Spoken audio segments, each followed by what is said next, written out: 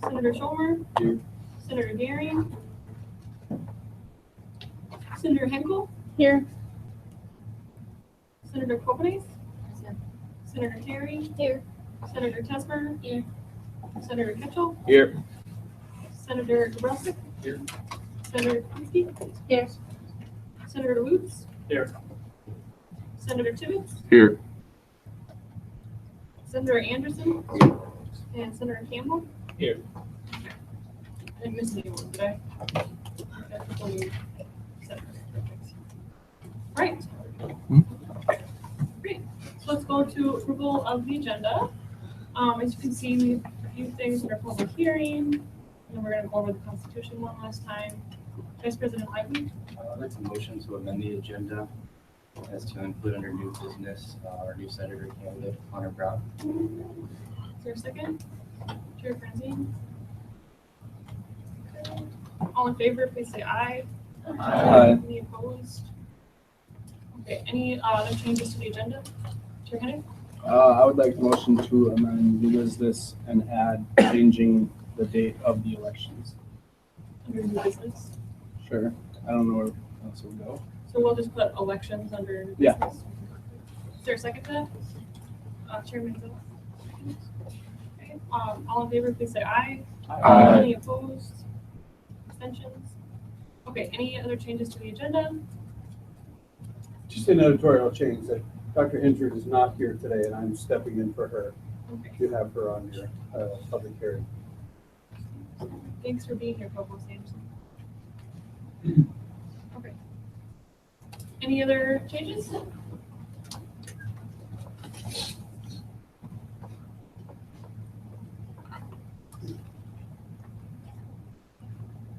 All right, if there are no other changes, then is there a motion to approve the agenda as amended? Senator Hinkle, seconded by Senator Schumer. Okay, so again, I have this in a PDF, so Office Manager Van Bruggen will send me a Word document so you can see the changes. But what we changed under public hearing, President Hensrud to Provost Anderson. And under new business, we have two new items, new Senator Connor Brown and an election. So all in favor of approving the agenda as amended, please say aye. Aye. Any opposed? Abstentions? Okay. And then approval of minutes. Hopefully everyone had a chance to look over those and go through any changes or mistakes or anything. Chairman Zell. Okay, seconded by Senator Hinkle. All in favor, please say aye. Aye. Any opposed? Abstentions? Okay, minutes are approved. Okay, so we'll go on to public hearing then, and I'll just invite Provost Anderson and Dr. Cohen to just kind of tell us a little bit more about the strategic planning. Yes, thank you for having us here. I don't know if you know that President Hensrud's mother passed away, and her funeral was actually today. I thought your Senate should be aware of that. So I'm substituting for her today, and we are beginning a process of strategic planning for the entire university. And we have engaged a consultant, Dr. Howard Cohen, to help us with the process and sort of be a neutral character in the process. And we, Galen and Peter, weren't you both at the sessions today? You're represented, and we'll try to keep you in the loop through your representatives and anybody else who wants to join the process. But I'll let Dr. Cohen introduce himself in terms of what he's doing for us in the strategic planning process. Thank you. Thank you for having us. Great, thank you, and good afternoon. Good afternoon. How's everybody? Good. Okay, a little lively. Great. I am Howard Cohen. I'm a senior associate with the Askew Penson Center for Professional Development. Has anybody here ever heard of Askew? AASCU, American Association of State Colleges and Universities. All right, good. Bemidji State is a member of Askew, and that's how your president found me. We are the consulting branch of this association of about 400, a little more than 400 public colleges and universities, mostly regional campuses of state systems. So kind of right in your wheelhouse. Okay. I have been in these kinds of universities for my whole academic career. I started at the University of Massachusetts in Boston, I worked at the University of Wisconsin Parkside and the University of Wisconsin Green Bay. I was chancellor for 10 years at Purdue University Northwest, and I spent a year as the interim president at Buffalo State University. So I've done a lot of strategic planning. I've also, as a consultant, worked with a number of other schools to do strategic planning. So I want to just take, not the hour I would love to take, but the 15 minutes that I'm going to take to just talk to you a little bit about what we're going to be doing here at Bemidji State for the next 18 months, I would say. This planning process is going to start now and go through the spring semester, over the summer, and then try and wrap it up by the end of the fall term next year. Okay, so what's strategic planning about? And why would anybody mobilize a whole campus and put all this work into it? Good questions you ask. Right? We do it for a number of reasons. The main thing to say is, in this process, you will be setting the direction for making financial decisions, personnel decisions, and program decisions for about the next 4 or 5 year horizon. So a strategic plan sets goals, and those goals have activities associated with them, and those activities have price tags associated with them, either in terms of dollars or in terms of people's time, or in terms of maybe new positions that you need to create, whatever it might be. So you want to make sure that the way you spend your resources will really move Bemidji State forward. A strategic plan really begins with your vision for what you want this college, this university to be 4 or 5 years down the road. So we start with a question: what are the characteristics that we say are the defining characteristics of Bemidji State? The characteristics that would encourage people to want to be here, and that will make you feel like you've been at a place that's worthy of your time and attention. Sometimes we call that the vision and the mission statements of the university. Those vision and mission statements define what the university is, and also allow us to look at the university in relationship to your peer universities and your competitors. So if a student applied and was accepted to Bemidji State and didn't come here, where did they go and why did they go there instead of here? If we could answer those questions, we would know something about what the competition was, right? And then sort of understand a little bit about what might be done here over the next several years to be more successful in attracting the students who see the value of the university and want to be part of it, as you did. So a strategic plan begins with this idea of what position do you want to have in Minnesota higher education, in the northern part of Minnesota, in the state system, in the region that surrounds you, North Dakota, South Dakota, Wisconsin. How do you want to be and how do you want to be known? So we start with that, and then we say, okay, what handful of goals, 5 goals, 6 goals, big goals, important goals, what handful of goals would we have to achieve in order for us to realize that vision that we have of Bemidji State? So the Strategic Planning Committee is going to be trying to figure that out. They're going to say, okay, what are this handful of things that if we did them, we would take our wonderful university and make it even better. Or we would start doing some things that we haven't been doing that'd be really great if we could do in the future.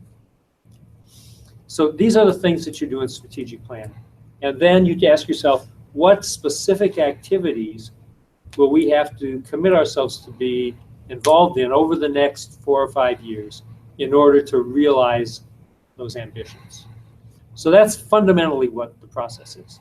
Now, the process requires a lot of involvement of faculty, of staff, and of students. And it requires that because if we just sort of went to the Amazon of strategic planning and ordered a strategic plan, and it came in 2 days and we dropped it on the campus, it wouldn't have any credibility because it wouldn't be your strategic plan. So the strategic plan for Bemidji State has to involve the thinking and the participation of all of the groups of constituents: faculty, staff, students, community, everybody who's got a stake in the success of Bemidji State. That doesn't mean everybody's ideas are going to show up in the plan, but it means the strategic planning committee needs to consider all of your good ideas. And even more than that, it means that there has to be a more or less regular communication process between the strategic planning committee and all of the groups that are represented on that committee. So you have 2 student representatives, right? Guys, raise your hands. Okay. President, you're going to put them on the agenda, I hope, at every meeting and say, okay, you guys, what went on in the strategic planning committee? What should we be worried about? What should we be enthused about? And how can we get our ideas through you back to the committee? And that's been my theme today, talking to all of the groups that I've been talking to be sure that your strategic planning committee representatives really represent you. So you're hearing from them and they're hearing from you. Make sense? Okay, heavy responsibility, guys. But you can do it, right? Okay, so that's in a nutshell what the process is about. It's going to be starting on April 6th with 2 town hall meetings. Assuming 2, they're basically going to repeat. But the idea is everybody might not be able to make it at one time period. So we're trying to increase the involvement of the organization by having 2 meetings. And what we're going to do at those meetings is first lay out the strategic planning process. So you're going to know how it works and what you're trying to accomplish. And then second, there's going to be tables where you'll have a series of questions that we want you to answer about Bemidji State, about what your strengths are, about what you think you could do better, about what you think the obstacles might be to doing it better, but you'll have a list of questions. And the strategic planning committee members will be at those tables as facilitators to listen and to record and to answer questions. Okay? That way we get a good cross-section of the campus to help the committee understand what they should be working on to develop a strategic plan. We want to start with as much good thinking as we can. So I'm encouraging you to find a friend, drag a friend along, right? And spend some time at these town hall meetings. You don't have to go to both of them, but pick one and bring a few people. And what we will do is mix the tables. So we won't have you just talking to other students, right? We'll have people on the faculty, people on the staff, students mixed at the tables, and so you all get to talk to each other. So maybe we'll learn some new things that are kind of fun and interesting, and some things that will help move the campus along. So things to remember: April 6th, notices will go out. Okay. Second thing to remember, you want to keep this on your agenda so you're not surprised by anything that comes out of the Strategic Planning Committee. Okay? Third thing to remember, you've got good ideas. Don't keep them hidden. Okay? Everybody's ideas may not end up in the plan, but everybody's ideas should be taken into account by the Strategic Planning Committee. Okay? About 15 minutes, not bad. Any questions of me? Any concerns about the process? Dr. Cohen, you may have said this already, but how long do you expect the committee to meet for? You mean the public forum on April 6th? No. No, you- The committee. timeline for it, Oh. so 18 Oh. months is, I believe, what you said. Yeah, I think that what the president has in mind is that we'll get started now. The committee ideally will develop some goal themes. Maybe not exact statements, but goal themes. And then maybe split into smaller groups around those goal themes, probably work over the summer. And then next fall, come back together and try and take that work and hammer it into a set of goals with some proposed activities to go with it. And use the fall semester to refine that, to test it against what people on campus think, and then to come out with a kind of draft document. And hopefully by December, we'll have something that looks like a strategic plan. Might not be ready for printing, but if not ready for prime time, at least ready for off-Broadway or something. Okay? Thank you. Any other questions for Dr. Cohen? Yes. What were the times for the 2 sessions on the 6th? The times will be set, we're trying to have it be an hour and a half because it's a Thursday. So the one in the morning that fits into the scheduling time. If you can't make that one, there'll be one in the afternoon that fits into another scheduling time.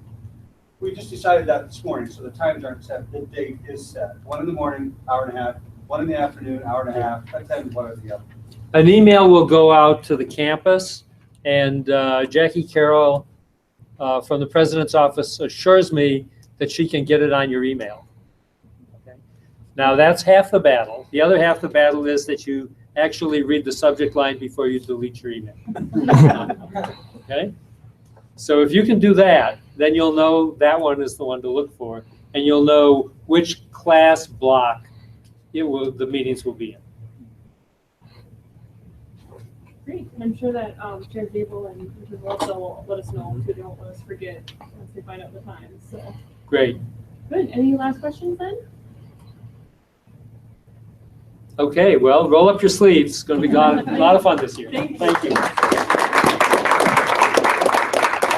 Thanks so much for coming, Dr. Cohen, and thanks for involving Great us. to be here, and I look forward to seeing a lot of you on the 6th of April. Yes. Thanks for letting us on your agenda, appreciate it. Great. Thank you. Have a very successful continuation. Thank you. All right, so we will go to our next item then. Like we talked about, I think a couple weeks ago now, Students United is thinking about proposing a fee increase, but we wanted to talk to all of you. And so we do have the state chair, Joe Wolf, and the vice chair, Dylan Green, who actually is a student here, so that's pretty cool. So they're going to have a little presentation I'm going to pull up from them, but I'll just let them introduce themselves real quick while I'm doing that. Yeah, like she said, my name is Joe Wolf. I'm the state chair for Students United. I go to Mankato, so I know you guys don't like that, but it's okay. I graduated this year, geography major. Last year I was vice chair of Students United. I've been involved for quite a while now. So. And I'm Dylan Green, as mentioned. I go to school here, poli-sci major. I have a few of you, I believe, in some of my classes. So good to see you all here. So we'll just go on our presentation here. So it's about the budget mainly, and then there's an aspect of the fee, and then there's an aspect of issue campaigns. But mainly, myself and Dylan and Sean, the treasurer, we're doing campus visits to get student input about our budget. It's going to be presented in April delegates, which is a week and a half away. Holy crap. And that's when we're going to pass the budget for next year. So we'll just go into it. The process, it was proposed in January. A little bit more input was given in February, and this is where you guys, ask us questions about it, and then it's going to be proposed and finalized in April. Okay, so this is our budget from our projected budget for the following year. As you can see, we pull in about just shy of $700,000 a year in revenue, but our expenses are skyrocketing due to be just shy of $1 million. mainly due to skyrocketing costs for conferences, among some other things as well. So that's partially why we're looking for the fee increase. There's also a new staff position we can't fill yet because we need to get the fee increase, but we'll talk about that a little bit later. Yeah.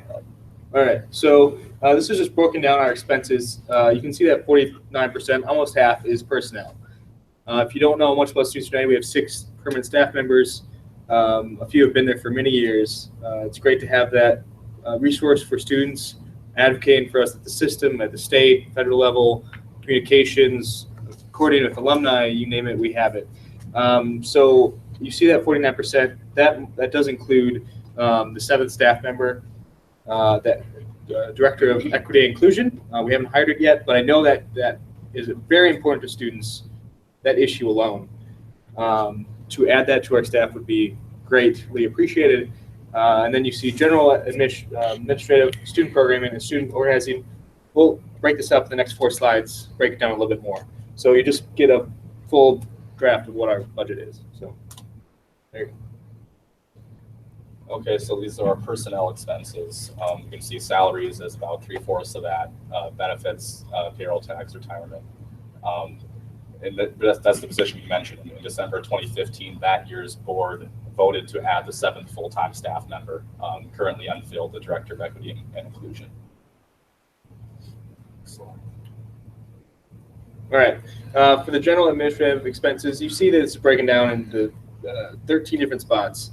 So I'll go quickly. I won't go talk about each topic because it's pretty self-explanatory, but just go over to depreciation. That's for our computers, our equipment, our furniture. It depreciates, so we need a fund for that. Consultation fees, consultant fees, we used that this year for our strategic planning. We just went through that this year. So just in case we need it for anything else coming up. Dues, subscriptions, and memberships. That money is for the Chronicle of Higher Education to get information nationally, regionally about what's going on in higher ed. And then also New York Times subscription, memberships like that. Insurance, media, and of course, legal fees. We actually needed to use that this year due to checking if our staff is exempt or non-exempt with that new federal law that passed a year ago. Office supplies, that has been drastically cut because we don't need as much as we used to. We have a lot of it.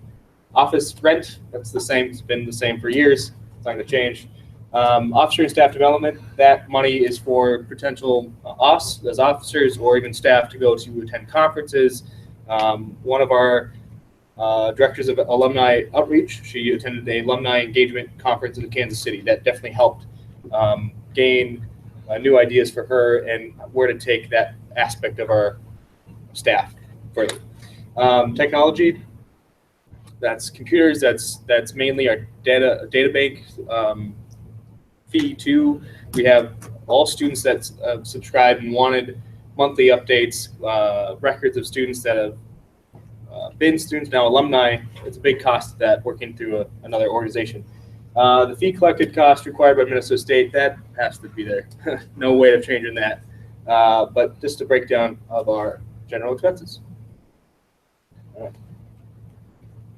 Okay, this is our programming expenses. So you can see there's the officer salaries, that's Joe, myself, and Sean. Then there's the student stipends for some of the individual, so the campus committees, I believe that's for. And then the student interns, that's like what Galen does for us, and our campus committee stipends along with that. So that's kind of how we break down our student stipends and such. Yep. Student organizing expenses, alumni, just outreach to alumni, like Mealhouse, for example, that just walked in, just to reach out to him, make sure we know what he's up to, and he can help us, gain students and interested in Students United. Campus committee budgets, that each campus gets $1,500 to spend as they will. Hopefully Galen has spent it all. Not quite yet. Okay, 3 conferences meetings. You see that this is a large amount. I know it is. But students have now would like all meals provided at conferences, and conference expenses of food and rooms have gone up every year. So it is a large amount, but if students don't want 3 conferences and don't want to talk and share ideas across the state, maybe we'll cut it down to 2. This is your guys' budget, it's not ours, so please give us your input, but that is one of the largest amounts. Federal advocacy, recently the board, officers, and staff and the board, we went to DC to advocate on behalf of students, lowering the simplifying FAFSA, increasing more funds allocated towards Pell Grant, you name it, federally, we advocated for it in name of higher ed.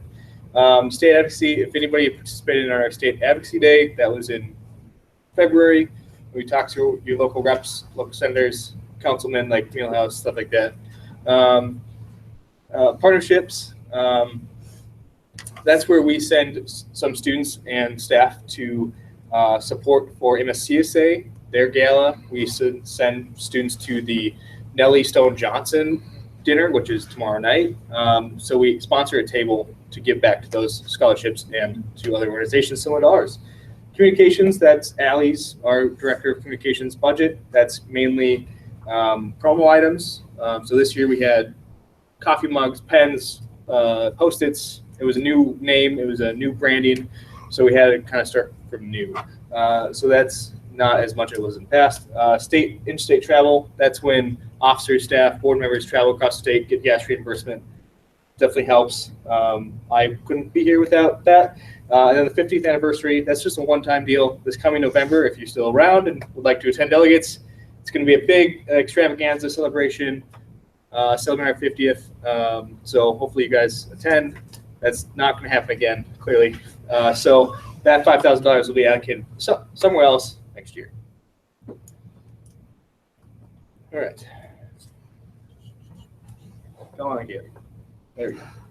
Okay, so this is the proposed scholarship budgets. We have, I believe, is it 6 or 7 scholarships now? 7 scholarships. You can see how that's broken down. Our largest is the Penny Scholarship. That's kind of our most popular and well-known one. That's where you get a federal or an in-state internship. A lot of students use it to go to DC and get the reimbursement through that. The Hull is our newest one. That's for students who graduated from St. Paul Public High Schools. And others as well, listed on our website. So that's kind of how those are broken down. And those are not paid for through fees, by the way. Right? Those are separate. Just to add in, the due date is April 1st, so please apply for this free money. You have a week in a couple days.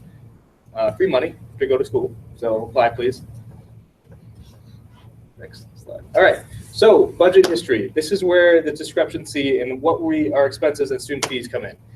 So in 2012, our board of that year had been saving to buy a building with MSCSA.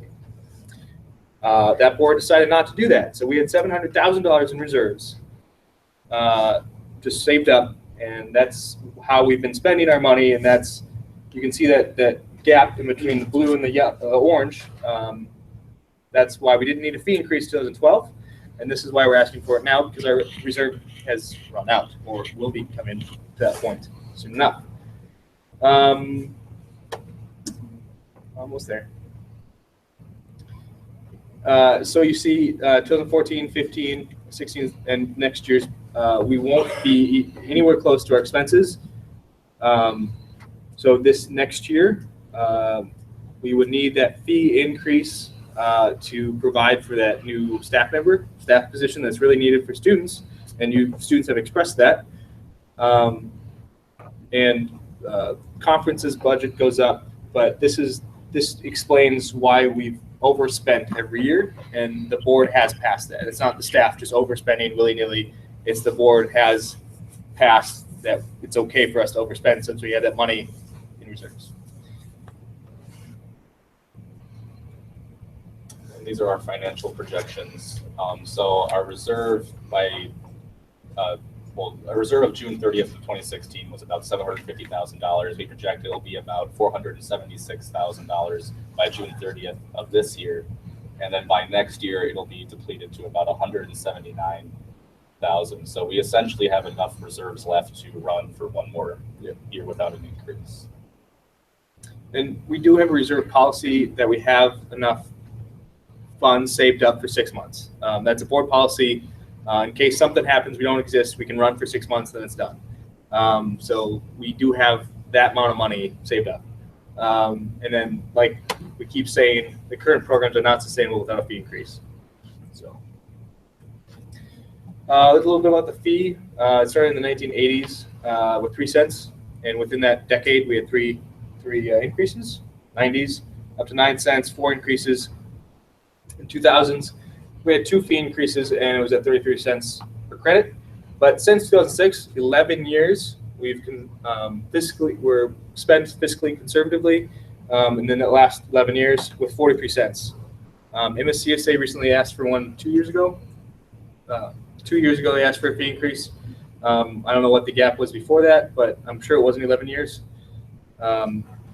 We've spent our money well. We now just come across the time that we need a fee increase. And usually they probably happen every 3 to 4 or 5 years, I would say, on average. So it's just the time and the need for it. Okay, so our students decide all fee changes. So you can see this kind of the breakdown by how many credits you take. So if you're taking 15 credits and you're paying 43 cents a credit, it's about $6.45. So it wouldn't be the cost per student wouldn't be too great. Perhaps like $1.50 extra per year.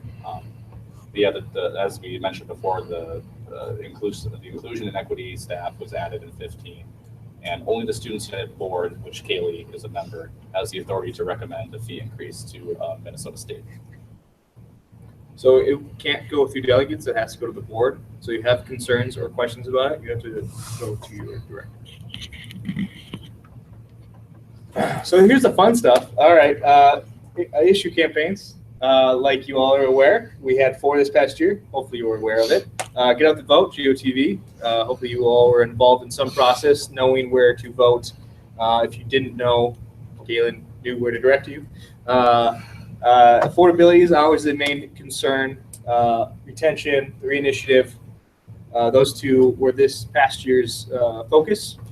But this coming year, at delegates here in a week and a half, you guys get to decide what those issues are for next year. It could be 4, it could be 2, it could be 3. We want to make sure that we have enough resources and time to focus on main issues, so it shouldn't be 10. But delegates do get to decide that. So brainstorm what your ideas are this coming year, what you guys want to focus on as a Senate, as a student body. Bring that up. So more of a lighter note at the end.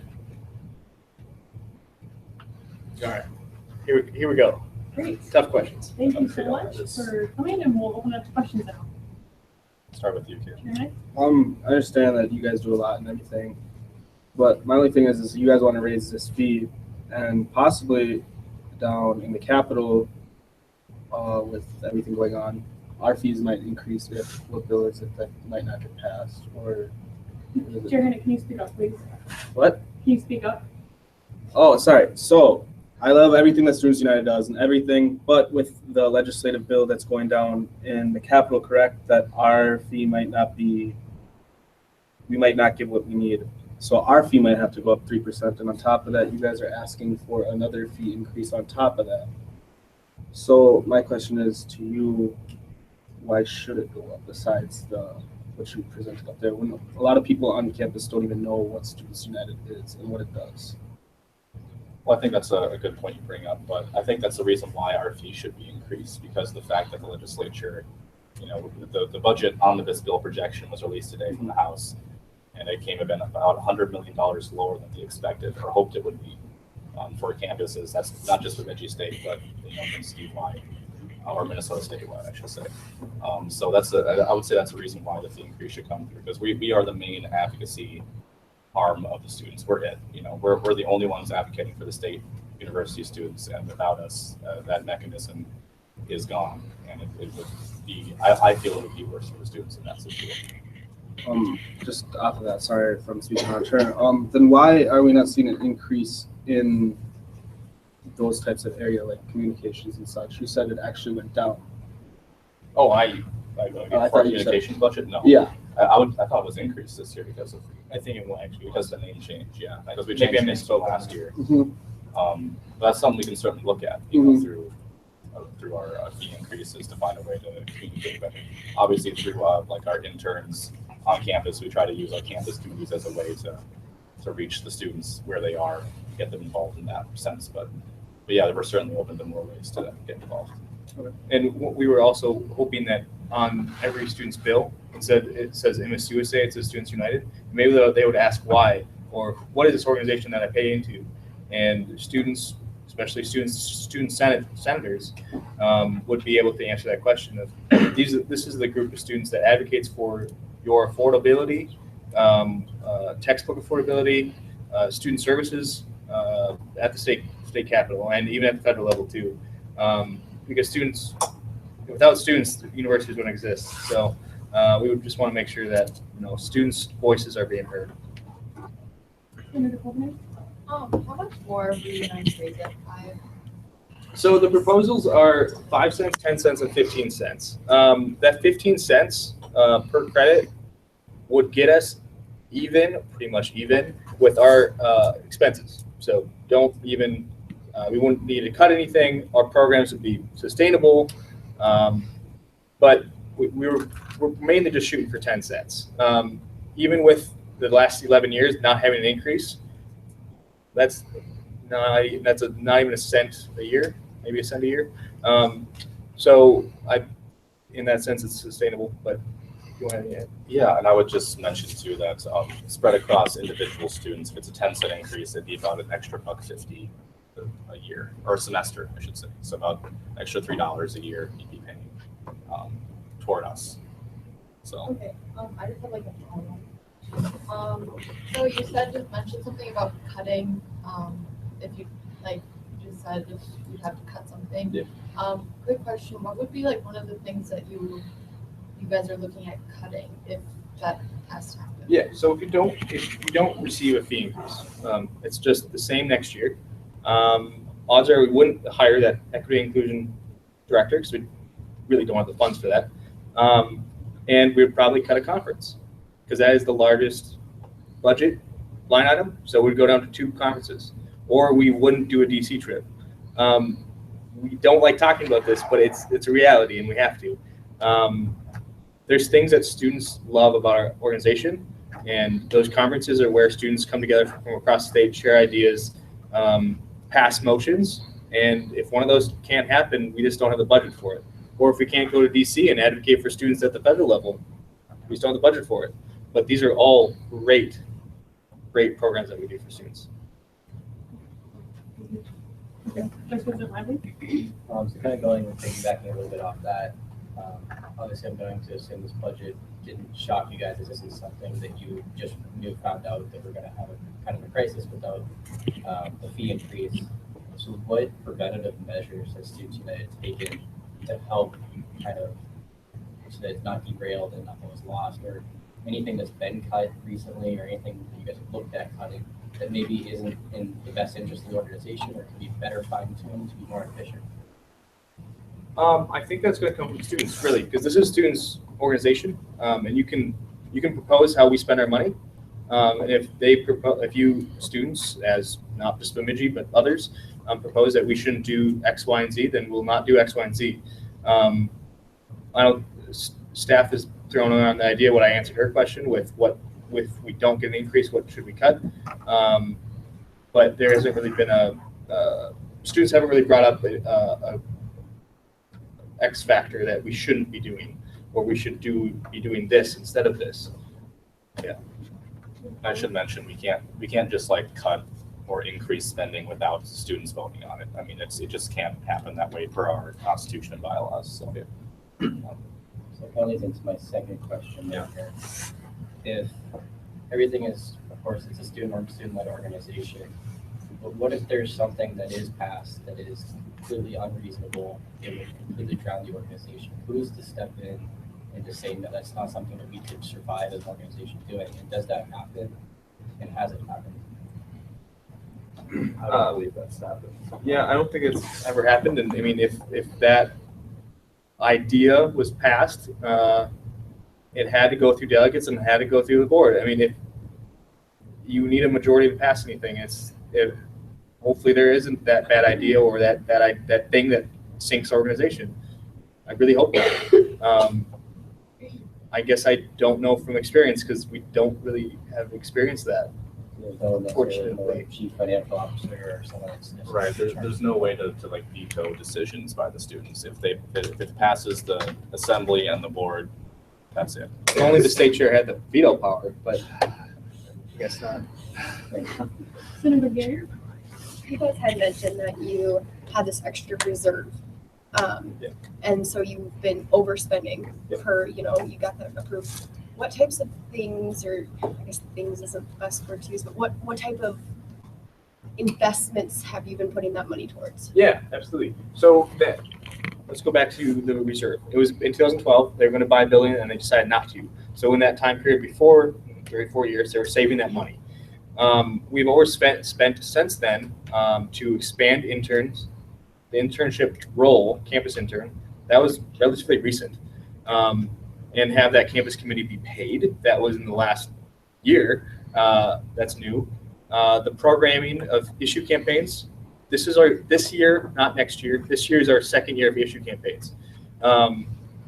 So just making our name known to students in those programs. We haven't increased salaries more than 3% in that time. We haven't really added staff in that time. It's more of just the outreach to students. And now that we do have a new name, some of it is towards the rebranding, the communications of the new name. So again, that's because the students decided they wanted to change. Right. And that kind of goes with your earlier question, Kale, that's kind of what we've done in recent years to put our name out there is, the expansion of what Galen's role is, because it really didn't used to be that way even like 3-4 years ago. But yeah, that's kind of how we've been spending that money. So. And of course, the cost of conferences, as I mentioned, have been going up. It's just, to find the right hotel that can accommodate the amount of students and have a conference hall to hold our delegates assembly in, it's just getting harder and harder to find a cheap option that's somewhat reasonably located so every school can get to it. So, yeah. Hopefully that answers. First of all, I do agree with you on how important all the expenditure that you guys have, how important are those for, student development and helping students, keeping things affordable. Yeah. But have you guys thought about other ways of raising the difference that you have between your revenue and your expenses? Do you have plans to ask for donations or other fundraising stuff? We haven't really thrown that idea around. I know we fundraise for our scholarships, and that's how our scholarships exist. Right. And the family donations, of course, towards that. We are a 501c3. We're a nonprofit, so definitely that's a great idea. I guess we haven't really talked about that. Yeah, and as he mentioned, all of our fundraising is toward those scholarships, so it kind of be a different way for us to fundraise than we have in the past. But it's certainly an idea we can kick around and work with. So Yeah, I mean, sorry, all of. So basically, a lot of other nonprofit organizations, for example, the one that we all know, Wikipedia, they run on donations, right? So if increasing the fee for students is an issue, then maybe that's something that you guys could think about. Absolutely. Our nonprofit's very, very unique in the way that we have a state statute of students providing a fee, paying a fee of some sort to us. Many nonprofits don't have that. So that is very unique to us. And raising the fee is a concern for students. So that's a great idea. Yeah.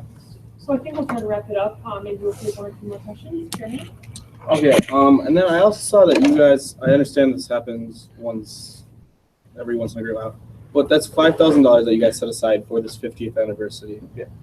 Or anniversary. I've been to delegates and I've seen, I wouldn't call them extravagant by any means, but we're well provided for already. I just want to know what that $5,000 is going towards. If you guys are asking for our fee to be increased, from Bemidji State alone, I'm pretty sure that's around $5,000 to get from us. And I want to know why we would pay $5,000 more for this 50th anniversary when I already know that these delegates are already something, and you're asking actually more money for the delegates. So then I want to know what 5,000. Yeah. 5,000. Just 5. Yep. So Carly, our director of alumni outreach and engagement, she has, reserved the James J. Hill Center in St. Paul to accommodate alumni coming back. Delegates going to be there, whoever attends in November. It's more of like this alumni that comes back, we're looking for donations, we're looking for fundraising for scholarships. It's really just a celebration of what Students United or MSUSA has done in the past. And it's the 50th anniversary. It's not going to happen again. It's the food. It's going to be plated. It's going to be like Kaylee knows the MSUSA Gala. It's very similar to that.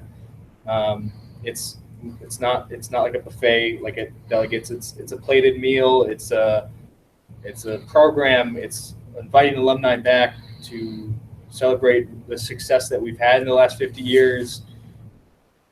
More than the Delegates, it's coming back for this event, and then Delegates will. So it's not at the same time as a Delegates. It is. Yeah, it is. It's Friday night of November Delegates.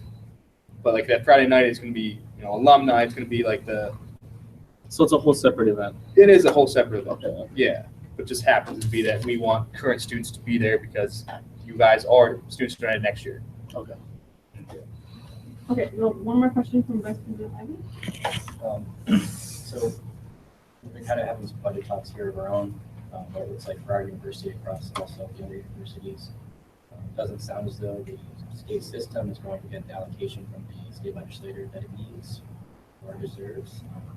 So I'm curious, I believe Sarah Burns is your governmental affairs. What is her idea on asking specifically to the Board of Trustees to raise the fee past what the allowed amount is when we're going to be also be looking at increased fees for ourselves? Are they going to take that as a green light? Is that what Gail said as well? I just worded it way different. Okay, I'm kind of more curious though too, like, has Sarah Burns done any like investigation? What are her thoughts specifically on it as governmental affairs? I mean, I can't speak for her really, just because I'm not her. I know that there's not like a cap on our credit per fee or fee per credit, and we haven't had one in 11 years, and we need one. It's common practice to ask for a fee increase every 4 to 5 years, and we haven't done it for twice as long. I guess it's two separate issues. Yes, we're asking for a fee increase, but we also, yes, we have to look at, what if we don't get the full allocation from the system that the legislature is going to pass. They're similar, but they're two different issues.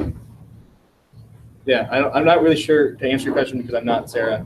I really haven't asked her that question, but I definitely let her know. Get back to you. I think that if I could just take a shot at it, like in my opinion, just in being conversations with the board and with the treasurer of Students United, while the 10 cents will go over that 3% cap, you really have to think about it in dollars and cents rather than percentages, because it really is like Vice Chair Green said, like $1.50. Whereas if the student life fee went up by 3%, that would be really closer to like 100 or something like that. So we do kind of put it into perspective, and I'm sure that Sarah is thinking about that in her messaging to the board if it comes to that, it comes to the fee increase. And I think also too, it's just important to echo what Vice Chair Green said about how this is the organization that advocates for us and goes to the state capitol and says we need this funding so that we can keep our tuition down. And if they can't continue to operate, then who's going to do that for us? So I think those are other things to consider too. And I just want to say then we really appreciate you two coming here. And I think that they're going to stick around too after the meeting. And so if anyone has follow-up questions, I'm sure that they would also share their contact information with us in case you wanted to. Again, we're going to delegates next weekend, and this will be brought up to the board. So please also reach out to me if you have strong feelings or more questions. I'm happy to relay that in the board meeting as we make a decision on this. I think I'll just end it there unless there are any burning questions or any final thoughts that you wanted to say. Well, thank you guys for inviting us. Yeah. Thank you. And also, too, I think we are going to go with the tag for some appetizers with these two at like 8 o'clock tonight. So everyone's welcome to join us and maybe get to know them a little bit more, ask them questions over dinner. Okay, so now we'll go into for the good of the students. We are going to all go over the Constitution one last time. as we understand it, at the last meeting, we briefly went over it, and it was uploaded to the OneDrive, so you should have been able to take a look at that if you wanted to. But the Constitution Committee did meet on Monday and talked about some of the concerns that this body had with the changes that we made. So you can all let me know if there's anything that I'm missing, but the things that the Constitution Committee covered, let's see here. So we talked about the GPA. So in Article 4, Section 5, under here, A, and then point 2, I know that there was some debate about this around, originally the Constitution Committee had added, maintain a good academic standing with the university, and then added with a 2.0 GPA or higher. There was a lot of discussion about that. I know that there was in the Senate meeting as well. And so in the end, the Constitution Committee decided to go back to what we've always had it be. As long as you're maintaining a good academic standing with the university, you'll be eligible to be on Student Senate. And so what we did is we just add a little bit more detail about what exactly that is. So as you can see, it just changes as you go along and get more credits. 0 to 15 credits is a 1.5, and then et cetera, et cetera. You can see how that goes on. So that was kind of where we landed on that. I know there was some debate about that. So any questions or follow-up that anyone would like to say on that point?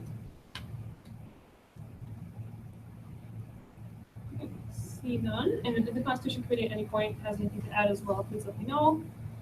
The other thing that we did talk about was in, let's see, Article 7.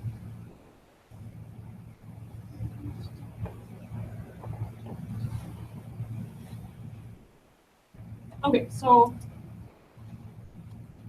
in Article 7, which is removal from office, we changed things around a little bit just to clean it up. So Section 3 is all of the different reasons that a person could be removed. And then Section 4 is kind of a more detailed process about how that would happen.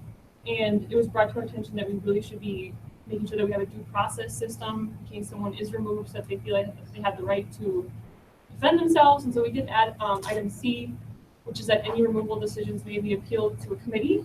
We thought the committee would be made up of the dean of students, the student senate advisor, and the internal affairs chair within 5 business days of the removal, just to make sure that if anyone was removed for some reason, they would still have that due process opportunity in case they felt they were removed for an unjust reason or anything like that. Chair Menzel.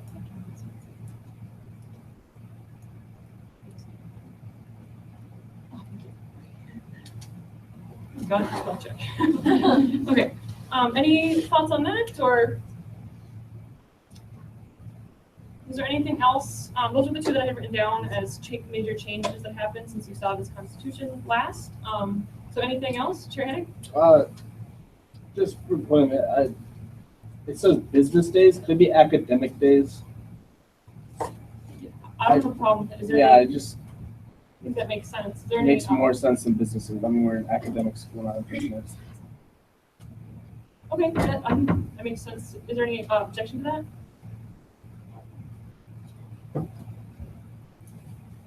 I just have a quick question. Yeah, go ahead. Does that just mean like days That school is in session, so weekends won't count. Anything else? Senator Colby? I know this is the Constitution. Yes. In the last meeting, we talked about how to know if someone is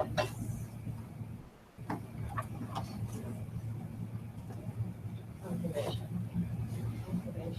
Did you guys Yeah, know about we- that? We'll talk a little bit about. Yep, we talked about that, and that's actually just above item C and item A. And so and this is all new, we wanted a more thorough process on how someone would be removed, and so how it would be, any member being considered for removal will be given at least 1 warning by the student senate advisor. This will result in a probationary period as determined by the cabinet. And then if that probationary period is violated, any member of the cabinet can make a motion for removal.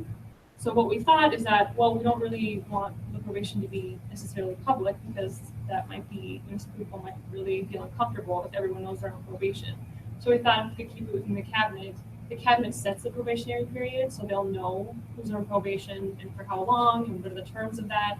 And so they'll be the people that are like able to motion for removal. Anything else?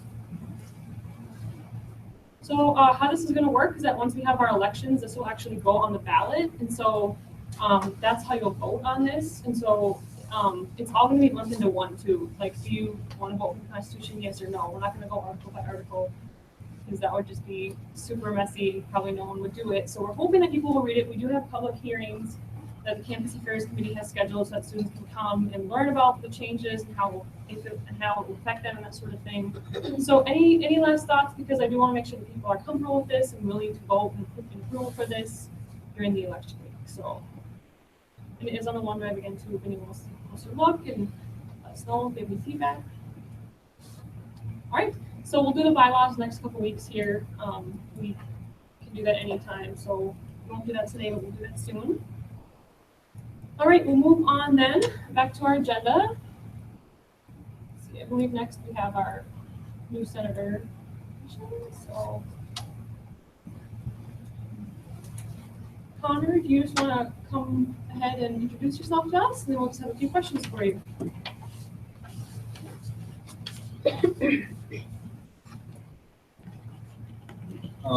Hi, I'm Connor Brown. I'm a junior sophomore here at Bemidji State, and I'm a poli-sci major. And I'm on Students United. I'm the issue specialist. All right. Perfect. So could you first just tell us why you want to be a part of Senate? Well, I'm already a part of Students United, and I already know a lot of people who are on Student Senate, so I figure I might as well join. What is something you want to improve on around campus? I don't know. I honestly can't answer that question at this time. I mean, wherever I'm needed, I guess. I mean, if somebody's got something they want to work with me on, I'll be glad to help them work on it. What do you see as the biggest challenges for students? Well, probably inclusion and getting to like know exactly what's going on campus. A lot of people are disconnected, so that's probably what I'd have to say. What would your friends describe your strengths as? No comment. How did you find out about Senate? I already said that through everybody who's already in the Student Senate, but I know a lot of people already here. We have one last bonus question. We're hoping you'll tell us what your spirit animal is and why.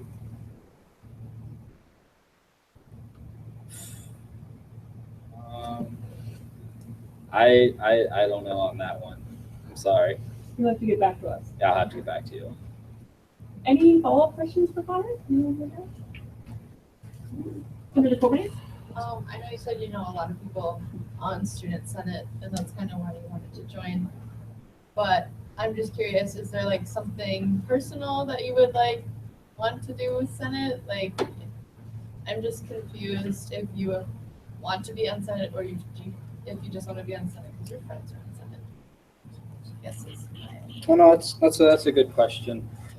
Well, my freshman year, I wasn't exactly the best student. So when you guys were talking about like giving people kind of a second chance, that kind of really, struck home with me, because I believe everybody deserves to have a second chance. That's what I would want to work with the most. Okay, not to like burst a bubble or anything, but being that elections are actually just about to come up, and we are reaching that point where Senate is almost coasting, kind of towards the end of the school year. We're getting ready to like wrap things up. I'm just gonna ask you straight up, why should we allow you to be on Student Senate if we're just about to wrap things up? Like, do you have any things that you want to put in forth? Like, why should we give you this thing to put on your resume potentially if when we want you to do things? I'm just asking. No, that's a valid point. I mean, I know timing is clearly not my best part in this situation, but I want to hit the ground running. I know it's probably too late, but next year, I definitely want to get things going.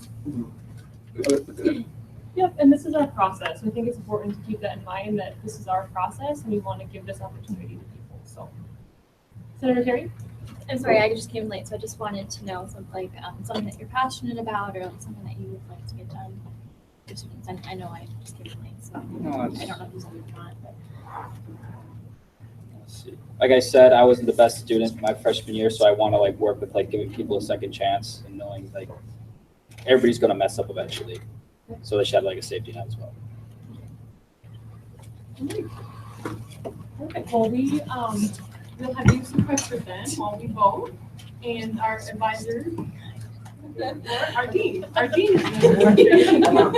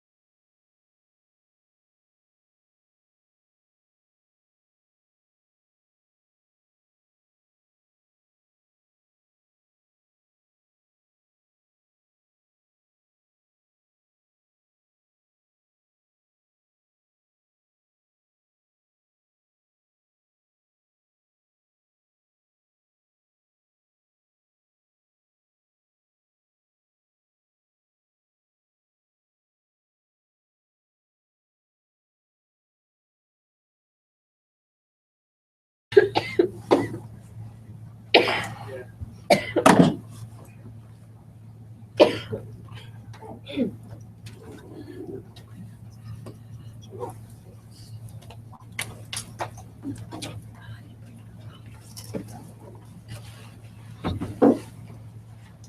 I think in the meantime, while we're waiting for everyone to get settled, I do have a card that we put together for President Hensrud. It's a fee for her mother. So I'll just pass it around, and if you just want to write your name, if you want to write a little message too, maybe keep it brief since it is kind of a smaller and there's so many of us. But send around a nice pen to go along with it. Don't want to lose the envelope. Everyone back. We all good to go? I think we'll go ahead and get started into the next item. Chair Hennick, if you want to start talking about the election. All right, so I'm really trying to like get this debate going for the election. It's good. It's gonna be great publicity. The whole basically mass media or integrated media department, now is what it's called, is really behind trying to push this debate event. I haven't set up the time. That's because I need to know if I can push back the election week. Instead of it being from the 3rd to 9th, it'd be the 10th till the end of that week. Sorry, I don't know the exact date. Basically, it's a really big time management thing, and because the entirety of this event, how big this event is actually going to be and become, I see that I need time, and other people beyond me who are helping facilitate this event need time as well.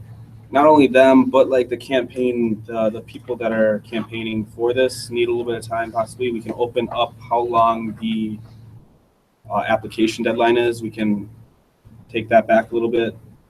But yeah, if anyone has any questions or any opposition to this, I really don't see a reason why not to be able to push it back. I understand it's kind of hard, but I don't see any reason why not. And I yield. I agree that it needs to be pushed back, and I was writing my message, so I might have missed this. Will the debate be pushed back as well?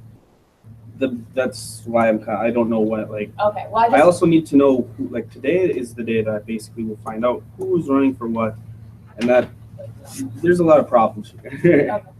So I think just to kind of summarize what Chair Hennick is saying, what we'd like to do is push everything back so that the deadline for applications can be pushed back as well. We would want the applications for president and vice president still to get in sooner rather than later.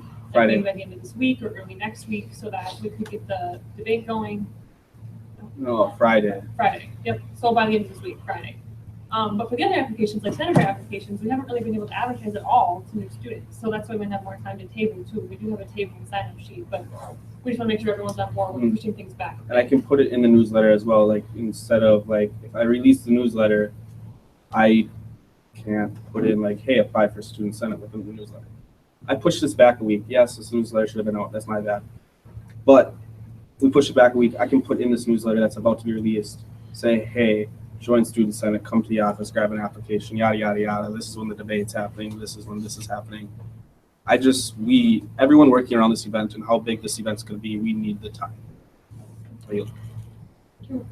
I mean, I totally agree with pushing back the application deadline because I don't, like I said, maybe it's just that I don't understand why we need a week and a half in between applications getting due and actual elections. But I mean, we've all known when elections are going to be. We've known for a very long time. And if you didn't get stuff together sooner, sorry, like, we've all known that this is happening and coming up, so I don't see why we should cater to that. I think the one thing is that the 10 days in between the deadline and the elections would be for a debate.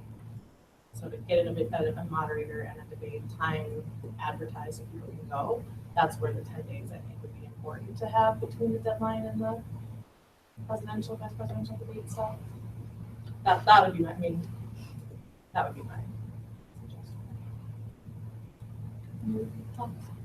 Senator Wolf?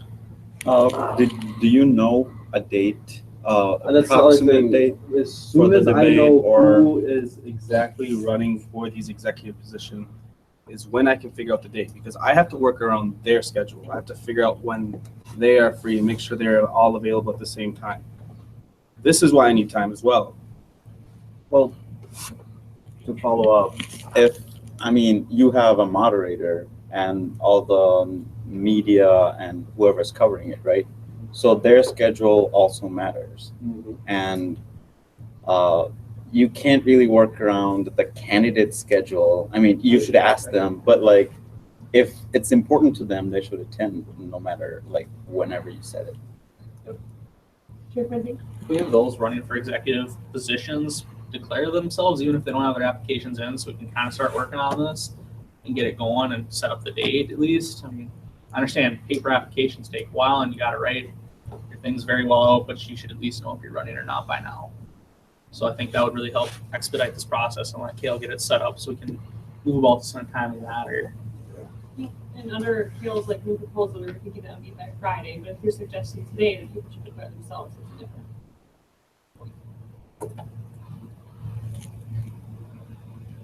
Chairman Bill? Well, I know that we've spoken in cabinet mail, few people have to leave already too, so I don't know if there's something, so if there's, like, just send out something to be posted on the Facebook page for those of us that know if those people that will. I think the question that we need to answer right now is there anyone opposed to moving the election back a week? And I will say I will take some responsibility for it too, because I feel that as student senate president, it's important for me to help promote these elections as well. And the spring break and everything that happened, not trying to throw out any excuses, but it's been hard to get things wrapped up and going. And there's really no reason not to push it back. We don't have anything in April that would conflict with it. So, but I will take some responsibility for that. So, any final thoughts or concerns? Chairman Bill? Also, Kayla, would keep in mind if you could work with the candidate's schedule, because you do have prior obligations such as board. It is actually going to be easier to work with the candidate rather than like the moderator and such, because people are working with us rather than us working with them, if you know what I'm saying. Senator Gary? I just want to say that the debate's a really cool idea, and if you need help, let me know. Cool, thank you. All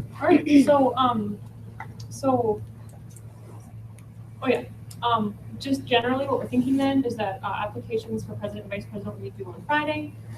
Then applications for general senate will be due on like April 5th, and the election will be the following week. So we'll have time to table then, and we do have this tabling sheet that we're going to send around. So if you could please sign up. This tabling is, of course, to promote the elections and get people to apply.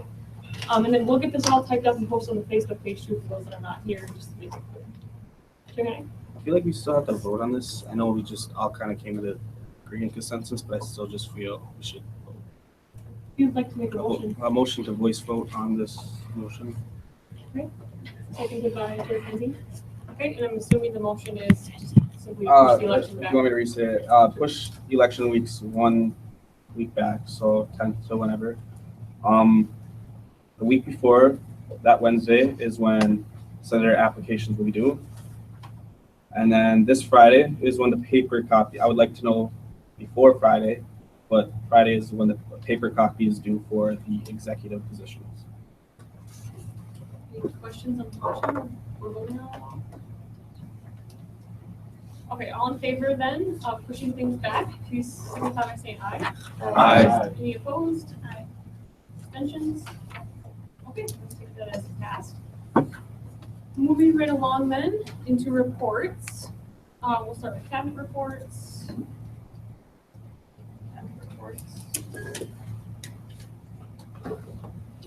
Obviously, like I talked about, I'm doing the debate. This is gonna be big, huge. I'll talk more about it next week. Also got the newsletter coming out. That's gonna be big, huge. You guys will get it. I really don't have that much to say about it other than looking for it in your emails. With that, I yield. Great. Any questions for Chairman? Okay. Any other cabinet reports? I guess since we're talking about elections and doing stuff for next year and positions, I'd just like to open it up to anyone who wants to come to like the Academic Affairs Committee and see what it's like to be in that one, and if they want to chair it next year. Monday nights at 7, it's super fun. Joe's gonna be there, I guess, so stop on by. All right, any questions for Chair Quincy? All right, I'm just gonna say real quick, I just have one quick thing here. And we do have a highway cleanup that we have to do. We sponsor part of the highway, and so we'll be doing that, I believe, on April 8th. So I just want to see, off the top of your head, I believe it's a Sunday. Do we typically go? That's a Saturday. Saturday. I know that because it's the day after I get my wisdom teeth taken out. Saturday. We usually find some sort of lunch for us to have then as well with that. So it takes usually about a couple hours, not too long. But the more people we have, the easier and quicker it will go. So just show of hands off the top of your head. Is anyone available on April 8th? I think usually we do both days. Usually have lunch. I think it's usually like 10 to noon. So just pick up 9.5 days. Anyone available on April 8th? I'll put them down as a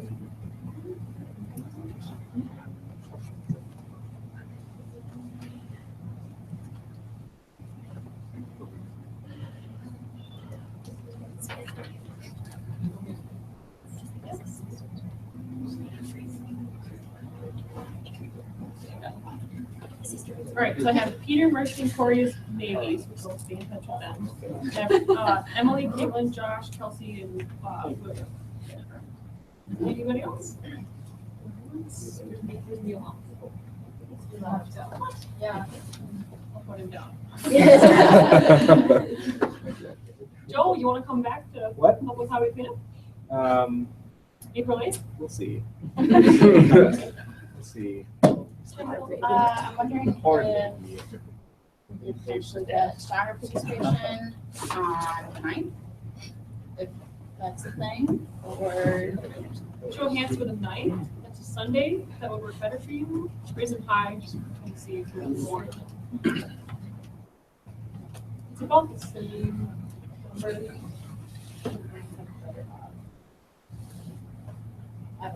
I'm just thinking. Go ahead. I might be back from South Dakota. Okay, let's try this one more time. Raise your hands like real high so I can write it down if you do it on the 9th, Sunday. I had to speak. Okay. So, well,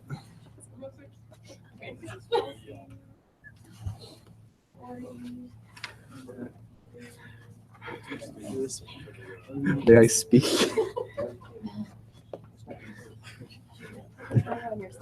First, I don't get to vote. Senator Timmons, do you have a comment?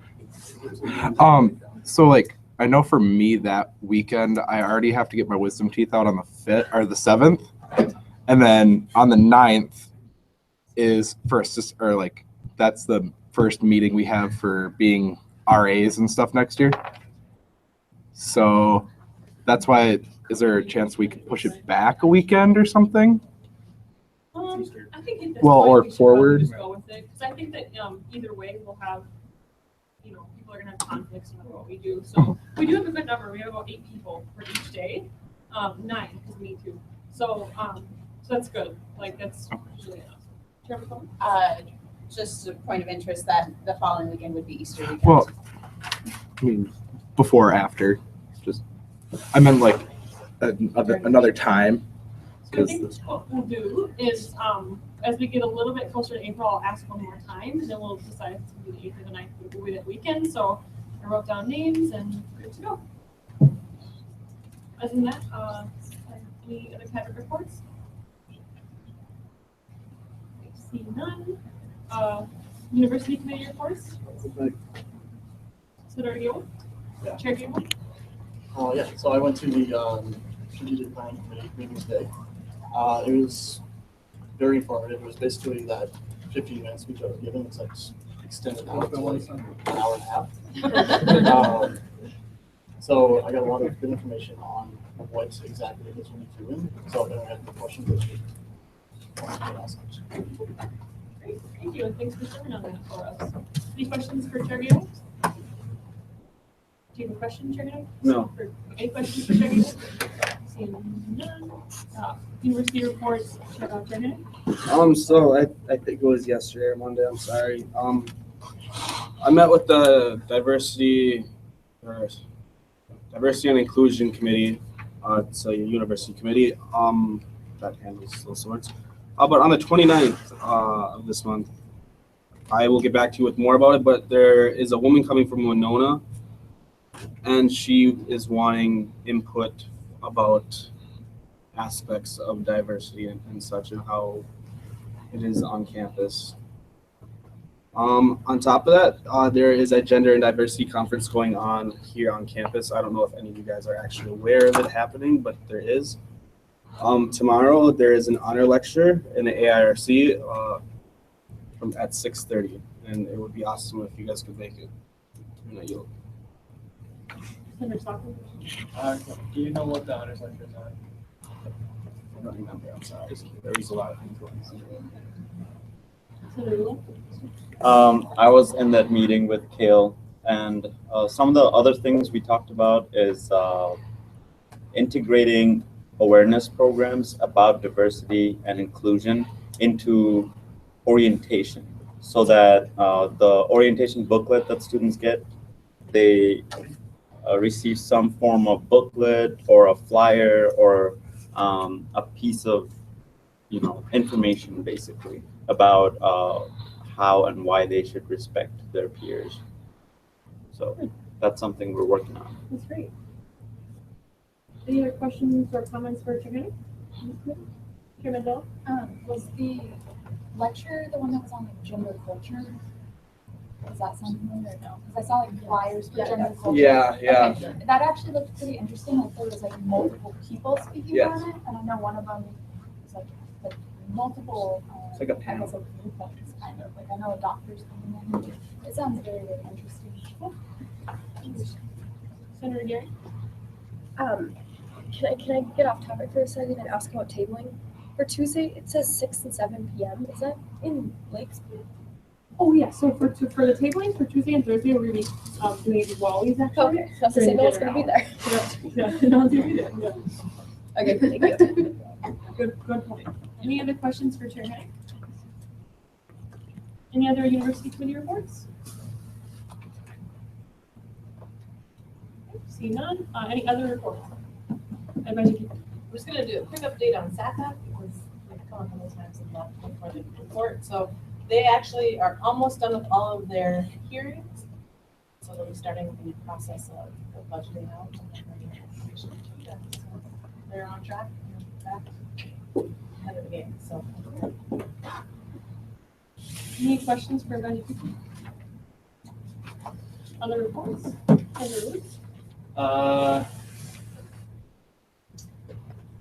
Chair McClellan and I received a response from President Henry's office in regards to our first bill passed this academic year. And if I'm reading it correctly, it sounds as if she will be reaffirming our commitment to the carbon commitment. And it also sounds like we have successfully planted the seed of potentially considering the resiliency commitment. So that is sounded like something will be passed on to the Environmental Advisory Committee for further consultation. I want to say that the recommitment or reaffirmation rather will take place in conjunction with Earth Month events. So we will pass along information as to when that will take place when we know for sure. With that, I yield. I'd just like to add on to that. What we're currently planning is that President Hensrud would reaffirm that commitment at our annual Feast of Green, which is our event for the Sustainability Office and the Students Committee Environment to kind of brag about ourselves and thank everyone that's helped us along the year. And because of President Hensrud's difficult schedule, full schedule, normally we would hold it on Earth Day, but in this case, this year it would be the day before because it's Friday. So I think we're looking at April 17th right now, but it's not set in stone, but everyone will be invited to that. And so we all have a part in passing this bill. Thank you. Any questions for Chairman Cullen or Senator Rhodes? Very good. Any other reports? Seeing none. Any points of good of the order? Chair Henry? Just a reminder, if you are in an executive position, let me know. I'm not gonna reach out to you, you reach out to me. And by Friday. Well, sooner the better. Office Manager Van Bergen? So I'm involved with Lifestyle Educators, and this year we're partnering with Support Within Reach to hold a color run. It's going to be a 5K, and it's going to be for sexual self-prevention. And it's on April 29th, and they're looking for some volunteers to help with it. We're going to be like throwing color, just like the paint on people. And so if anybody would like to volunteer, you'd like to put your hand out. Or if you have questions, you do questions first. I just put me down as a question mark. Yeah. Could you just ask the day of? Sure. Cool, yeah. Yeah, how are we gonna be throwing on paint? Well, I have no idea. I've never done it It's before. basically- But it's like chalk. It's so much fun. That's something miserable. No, it is literally so much fun. Yeah. As long as you don't inhale. Another question? Senator Gary, do you have a question? What, it was at 8 a.m.? Yeah, well, 8 a.m. is registration, 9 a.m. is when the race starts. Never mind, don't put it down at work. Okay. Any other questions before you? Great. So any other people interested in doing that available? Senator Hinkle? Senator Hinkle? Okay, cool. All right, any other points for good of the order? No. Chair Henry? Motion to adjourn. Okay, seconded by Senator Tibbetts. All in favor, please say aye. Aye. Any opposed? Abstentions?